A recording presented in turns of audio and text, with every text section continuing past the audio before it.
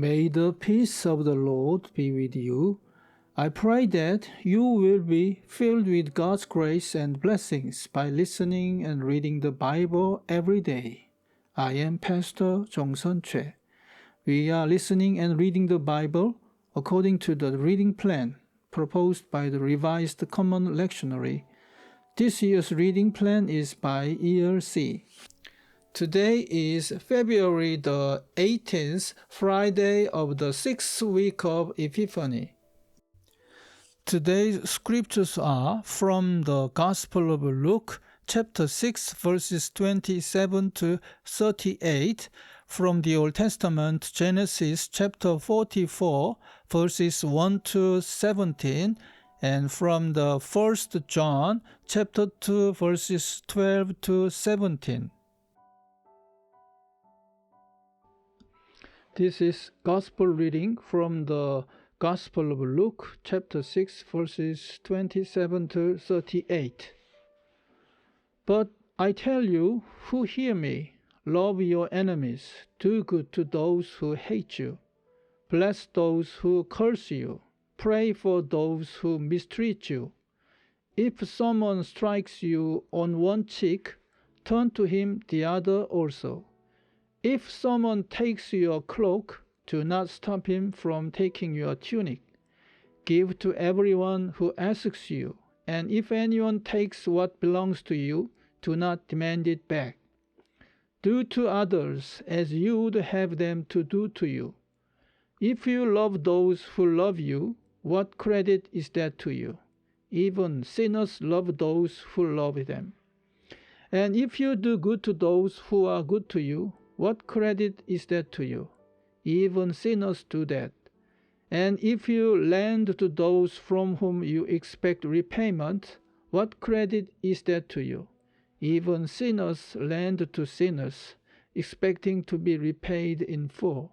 But love your enemies, do good to them, and lend to them without expecting to get anything back.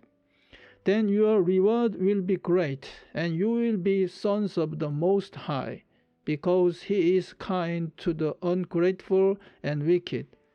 Be merciful, just as your Father is merciful. Do not judge, and you will not be judged. Do not condemn, and you will not be condemned. Forgive, and you will be forgiven. Give, and it will be given to you. A good measure, pressed down, shaken together, and running over, will be poured into your lap. For with the measure you use, it will be measured to you. Amen. Today's second reading is from the Old Testament, Genesis chapter 44, verses 1 to 17. Now Joseph gave these instructions to the steward of his house. Fill the men's sacks with as much food as they can carry, and put each man's silver in the mouth of his sack. Then put my cup, the silver one, in the mouth of the youngest one's sack, along with the silver for his grain. And he did as Joseph said. As morning dawned, the men were sent on their way with their donkeys. They had not gone far from the city when Joseph said to his steward, Go after those men at once, and when you catch up with them, say to them, Why have you repaid good with evil? Isn't this the cup my master drinks from and also uses for divination? This is a wicked thing you have done.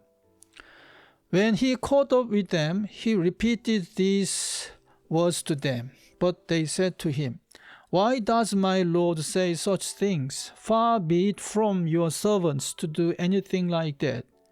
We even brought back to you from the land of Canaan the silver we found inside the mouth of our sacks. So why would we steal silver or gold from your master's house? If any of your servants is found to have it, he will die, and the rest of us will become my Lord's slaves. Very well, then, he said, let it be as you say. Whoever is found to have it will become my slave. The rest of you will be free from blame." Each of them quickly lowered his sack to the ground and opened it. Then the steward proceeded to search, beginning with the oldest one and ending with the youngest, and the cup was found in the Benjamin's sack. At this, they tore their clothes. Then they all loaded their donkeys and returned to the city. Joseph was still in the house when Judah and his brothers came in, and they threw themselves to the ground before him. Joseph said to them, "What is this you have done? Don't you know that a man like me can find things out by divination?" "What can we say to my lord?" Judah replied. "What can we say? How can we prove our innocence? God has uncovered your servant's guilt. We are now my lord's slaves, we ourselves and the one who was found to have the cup." But Joseph said, "Far be it from me to do such a thing. Only the man who was found to have the cup will become my slave. The rest of you go back to your father in peace." Amen.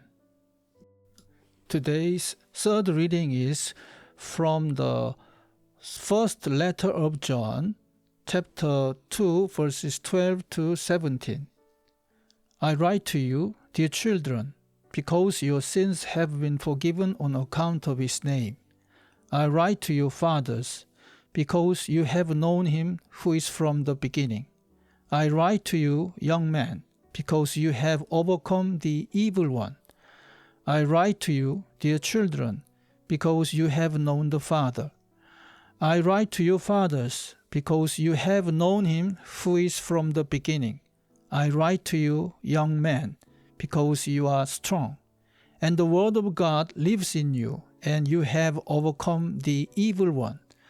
Do not love the world or anything in the world. If anyone loves the world, the love of the Father is not in him.